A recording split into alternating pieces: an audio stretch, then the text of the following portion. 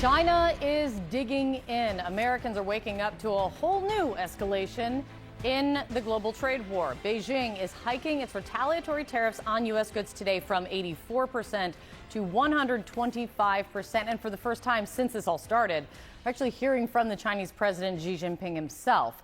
Xi's saying that his nation is, quote unquote, not afraid, and also warning, quote, there are no winners in a trade war, and going against the world will only lead to self-isolation. This after President Trump raised tariffs on Chinese goods even higher, 145% now, as we're all trying to keep track. The White House says they're waiting for China to pick up the phone.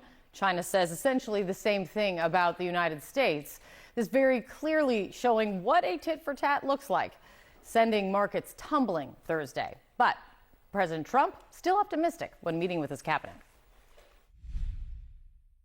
We think we're in very good shape. We think we're doing very well. Again, there'll be a transition cost and transition problems, but in the end, it's going to be a beautiful thing. Stock futures are right now up across the board. Let's see if they stay a beautiful thing today. But what is concerning investors a lot right at the moment, the U.S. dollar falling to its weakest level against the euro in 3 years. CNN's Elena Treen at the White House for us once again. CNN's Mark Stewart, we're not letting him go. He's in Beijing for us. Mark, tell us more about China's counterpunch and what it's going to mean. Hi, Kate. Good morning. Look, none of this is a surprise. These latest tariffs are very much in the Chinese playbook. But what's very attention-getting to me is the fact that China is now saying it's not going to raise tariffs any higher, saying it has other weapons, almost making fun of the United States for raising the stakes, raising the numbers so high. Let me share with you some remarks we got late today from a government official here in Beijing who said that the United States is engaging in nothing more than a numbers game with no real economic significance, going on to say the United States is exposing itself as a participant in weaponizing tariffs, as a tool of bullying and coercion, turning itself into a joke. So that is the latest where China stands in this back and forth tit for tat. The other big headline of the day is that we are hearing from Chinese President Xi Jinping, really the first time since this whole trade war escalated to such a high level. The big headline is that he is saying China is not afraid. These are remarks that were made with the Spanish Prime Minister here in Beijing.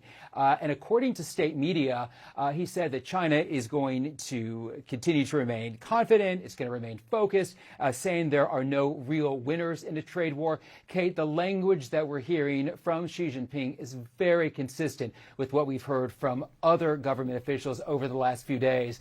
And as you mentioned, as far as the possibility of a phone call between Xi Jinping and President Trump, not in the near future. That's the messaging that we're feeling from Beijing, at least. And that is quite a statement that you got from that government official. Just, the gloves are off now in terms of how the two sides are going to be talking about it. We will need to stand by and see how Donald Trump responds to that. But also stand by with me, Mark. I'm going to get to the White House and get to Elena Treen here. Elena, are you getting any reaction yet this morning to this escalation from China?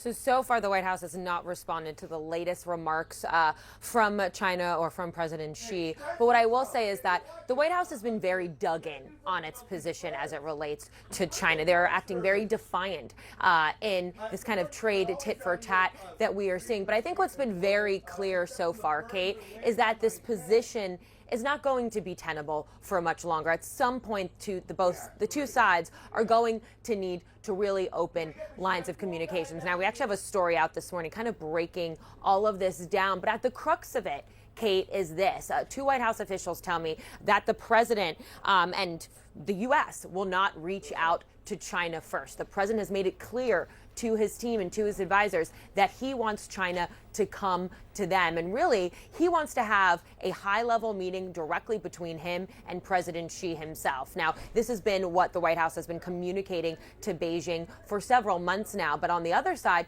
we also know that Beijing does not really want to have that high-level meeting. What they've been trying to do is open communications at a lower level. And so really, there's been this stalemate and no talks at all going on right now between the Trump administration and that of President Xi. Now, one hurdle of what we're hearing behind the scenes here at the White House is that the president believes that President Xi does not want to be seen as weak. And that's really as well kind of what's coming into this refusal and waiting to see who blinks first here.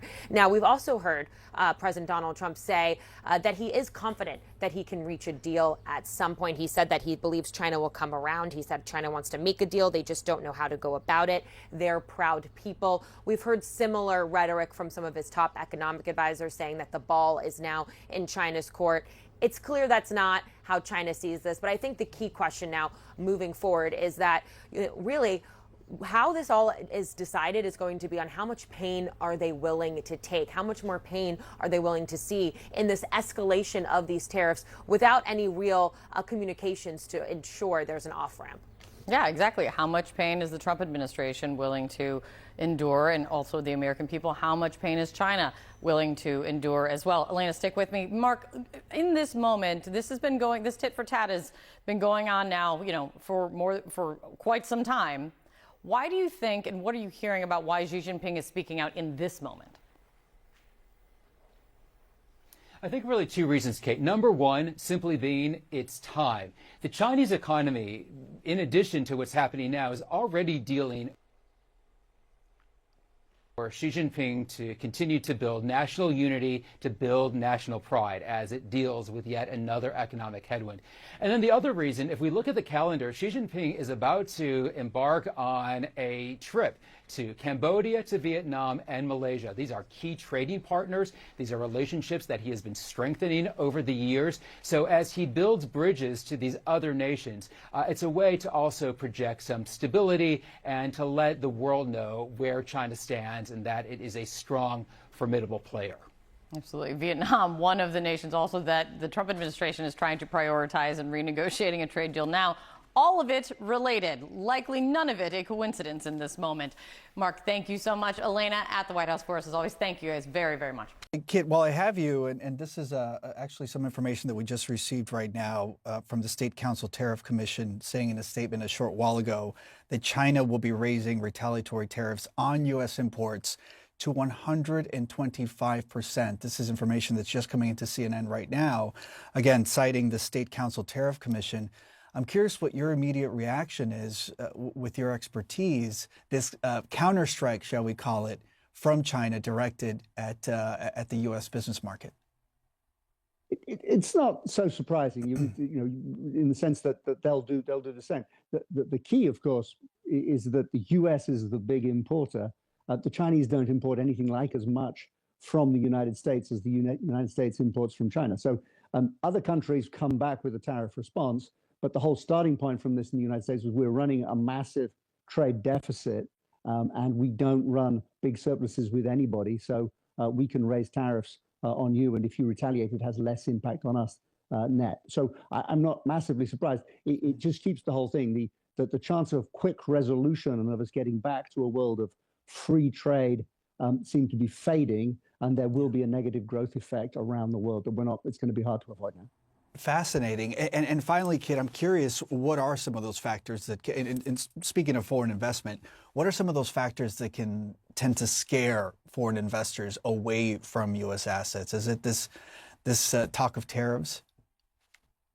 No, I think it's if the tariffs reduce the profitability of U.S. companies, do I need to own so many of my U.S. equities? They've done fantastically.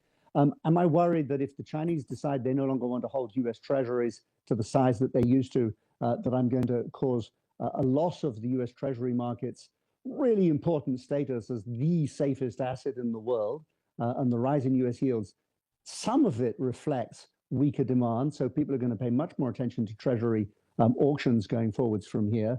But another part of it, quite simply, is foreigners have accumulated $65 trillion worth of U.S. assets. That's a lot of your money to have parked in one place. And if you're worried that the U.S. is withdrawing into itself a little bit more now, maybe you want to lighten up and put some of it somewhere else if you can. We got to leave it there. Kit Jukes, thank you so much for your expertise. We're really glad that we have that insight. Appreciate you.